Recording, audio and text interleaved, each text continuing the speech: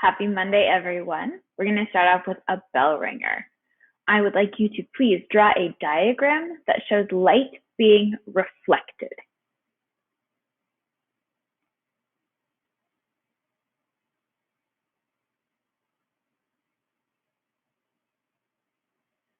All right. Hopefully, you got a chance to draw that diagram, and now you should have something that looks like this. So you should have a light coming in, bouncing off the surface, and returning, reflecting away at a 90-degree angle. So that was a review from our energy chapter, from our energy unit. All right, today we're going to keep talking about matter and thermal energy and our learning objectives. I can describe the function of thermal insulators and thermal conductors, and I can explain how thermal expansion and thermal contraction occur. So we're going to start off by talking about thermal conductors and thermal insulators. Thermal conductors are materials through which thermal energy flows easily. A really good example of a very good common thermal conductor is metal. And I'm going to use this metaphor throughout this, talking about conductors and insulators. But if you think about a metal pie plate, that might be something that you'd put into the oven to cook. And you know that when you put it in the oven, it's going to get really, really warm because you're putting it in that hot oven. So all of that high energy, that really, really thermal energy rich air is going to heat up the sides of the pie plate. And then you won't want to touch that with your hands because you burn yourself. It's got a lot of thermal energy. And metal heats up really, really easily because it's got lots of electrons that are really easily kind of flowing and being shared throughout the material. So those electrons are easily absorbing thermal energy from the oven. And that's going to get really, really hot very quickly. So that's an example of a thermal conductor. A thermal insulator does exactly the opposite. It's a material through which thermal energy does not flow very easily. So if we go back to our pie plate, if we put a pie plate in the oven, we obviously want pie later, right? So we have to have some way of getting it out of the oven. And an oven mitt is an example of a thermal insulator that allows us to grab a thermal conductor. So when we put a thermal insulator on our hands, some sort of material through which energy doesn't flow very easily, we're able to, in this case, grab that thermal conductor, our metal pie plate, and take it out of the oven. So a thermal insulator doesn't allow energy to flow easily through it. Pretty simple concept, but pretty important. We are also today talking about expansion and contraction, thermal expansion and thermal contraction. So, thermal expansion. Let's break this down into little parts. Expansion, we should know, means to get bigger. So, thermal expansion is an increase in a material's volume when its temperature increases. So if we look at the image I've got on the screen right now, we've got some water that's in a cup. In the first part on the left, it's at 70 degrees. We add a heat source. The volume increases as the temperature of the water increases. So between the first and second picture, we're not adding water to that. We're simply adding heat.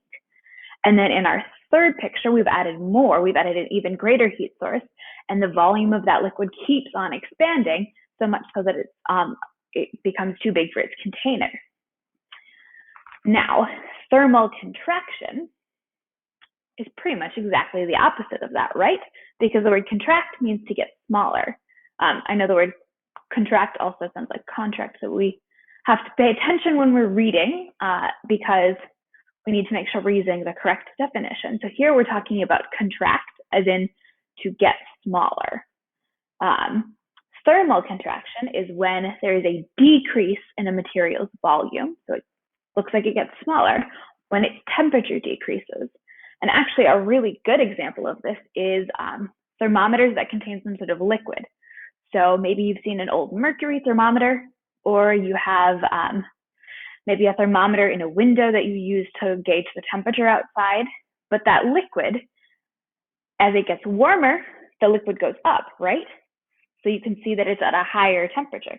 But as it gets colder, that liquid is going to contract and go down. So when you look at the thermometer, the liquid is lower. There's not more or less liquid in the thermometer. It's simply expanding and contracting based on the temperature, based on the absorption of thermal energy. I wanted to talk about a couple of practical aspects of expansion and contraction as well, a couple of other practical aspects. Maybe you've seen something like this on a bridge when you're out walking, or you felt bumps when you drive over a bridge, especially in places where it gets very cold in the winter and very warm in the summer when we've got really big temperature extremes. These are really important to have. So this joint, where they meet together like that, you'll notice that they don't look like they're locked all the way, but these are metal joints that are placed in bridges because, well, in Minnesota, we have really warm summers and we have really cold winters. So in the summer, the roads, the material that we make our roads out of, and especially on our bridges, this is very important, is going to expand. So it's going to get bigger. And then in the winter, it's going to contract.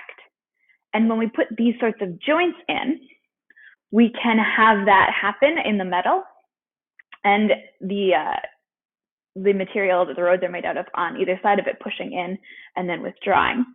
So we can have that happen without having cracks in the road. If you've ever driven on a road that has a lot of, like not so much potholes, but like big cracks that run across it, that happens because of thermal expansion and thermal contraction. And when we put this sort of a joint into a bridge, it allows materials to expand and contract because of thermal energy without damaging the bridge. So you can imagine why this is so important, especially for bridges, because they're suspended in the air, they're over something else. So we really can't have that cracking. We need that to be very structurally sound. Another very practical example of thermal expansion and thermal contraction is air convection currents over the planet. So if you've ever been on a vacation to, maybe Mexico, maybe the Bahamas, or somewhere really, really warm, you've probably traveled close to the equator. And the air there is warmer because the sunlight hits it more directly. So that air is going to warm up. And as materials gain thermal energy, as they get warmer, and they expand, they also become less dense. So remember, density is like amount of stuff per volume. And as they get less dense, they're going to actually rise up. So we talked about this a little bit on Friday when we talked about convection and convection currents. This is actually an example of a really big convection current, air convection current. So the air at the equator is going to warm up, and as it warms up, it expands and it gets less dense. So it's going to rise up in the atmosphere. As you can see here, it's rising up in the atmosphere. And then as it gets higher up in the atmosphere and it moves away, it's going to cool off because it's moving towards the pole, right? The same thing would happen in the south. It's going to heat up and then it's going to turn away because it's rising, because it's getting less dense. And then it's going to cool off because it's moving towards the south pole. And as it cools off, it becomes more dense. And so as it becomes more dense, it's going to sink again. And as it sinks, it's going to get closer to the surface of the Earth, and it's going to get pushed towards the equator again, where it's going to warm up because of that more direct sunlight. And then it's going to expand and rise because it's getting less dense, and keep moving in a cycle. So that's another practical example of thermal expansion and thermal contraction. You've got one more little thing to work on today, but thank you for watching.